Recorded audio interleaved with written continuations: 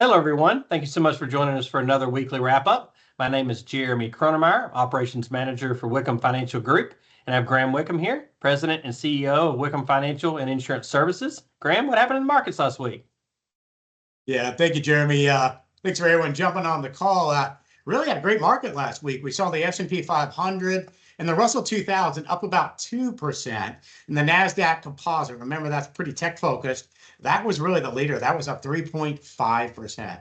So we did see 8 of the 11 S&P sectors in positive territory. And the top performing sectors were consumer discretionary staples. They were up about 3%. But pretty close behind was technology. That was up pretty close to that. Worst performers, healthcare, really struggling.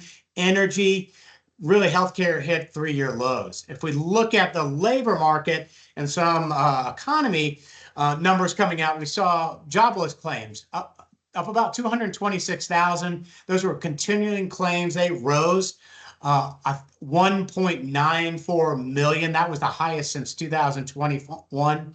And if we look at the ISM Services and the PMI numbers, they dropped to 50.1. That barely showed expansionary territory for our economy. So we're really actually slowing down, but certainly not in a recession, if you're curious.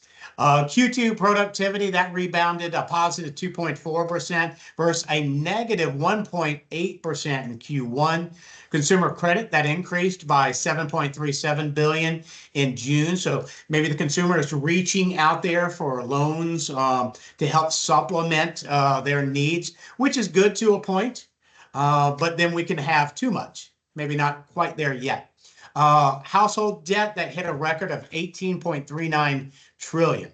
Now, if we look at the government and trade numbers, we're looking at weak demand for government bonds for the 10 and 30 year.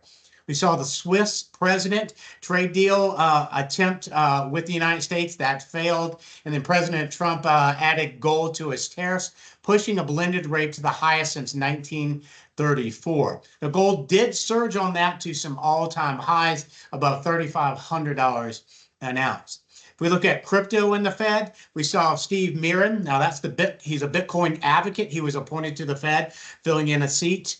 Executive order that was signed allowing crypto and private investments to be added to 401k plans. And Bitcoin, in turn, was up about 2.5%. And Ethereum was the real leader. That was up 15%. Now, earnings. We're really at the tail end here, but we had some pretty good winners here. McDonald's, Palo Alto, Uber, some losers that we had, AMD. Disney's had some positive earnings, maybe a slight miss. I think it was on revenue. Snap, SMCI. Now, Apple, that rallied after it announced about $100 billion new U.S. investment, receiving some tariff exemptions for any Indian-made iPhones. And Apple's been really on a tear of late since it really lagged that whole Mag 7 group. Internationally, we're looking at geopolitics and commodities. India was criticized for a Russian oil purchase. OPEC production hike, reverse some prior oil spike that we did see over in Europe. We'll look at Germany industrial production. That was down about 1.9%. That was the lowest since May of 2020. And the producer prices, that was a positive 0.8 month over month, and retail sales was positive 0.3. If we look at the BOE, they cut rates by 25 basis points to 4%. It's a pretty split vote to even get that passed. Over in Asia and Canada, China, saw their PMI expansion. That was their fastest pace in 14 months. And over in Canada, their PMI rose to 55.8. That was the highest in a year. Now, this week, let's look at some inflation numbers. So we'll have the Cleveland Fed inflation expectations coming out on Monday. They just came out because we like to record this a couple of days into the next week. We actually had headline numbers coming out at 2.7%.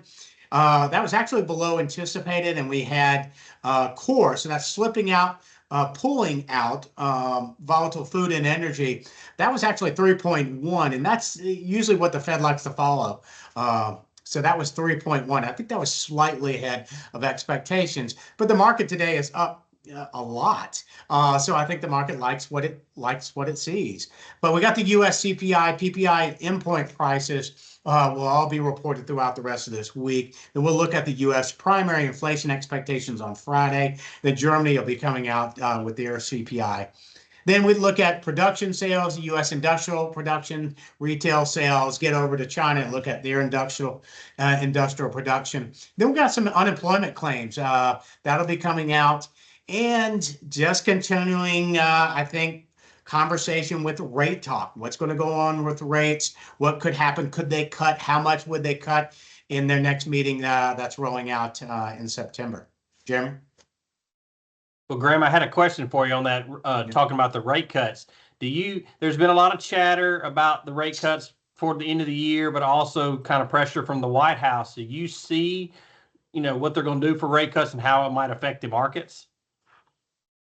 Yeah, I think the market's telling you how it feels about rate cuts. It wants rate cuts. If we truly need them or not, I think that's a real question mark. Some, maybe the White House, feels that we do, and they want them to be dramatic. But if you look at some numbers out there, and in turn with the Fed, they want to see the effects of the tariffs on inflation. So they don't want to be so quick to cut, and then all of a sudden they have to pause or they have to raise. So they're just being very methodical. So it's kind of a tug of war here. But I think the market's telling you the market's been doing quite well. We're on the verge of hitting some other new highs. Maybe we're hitting it today.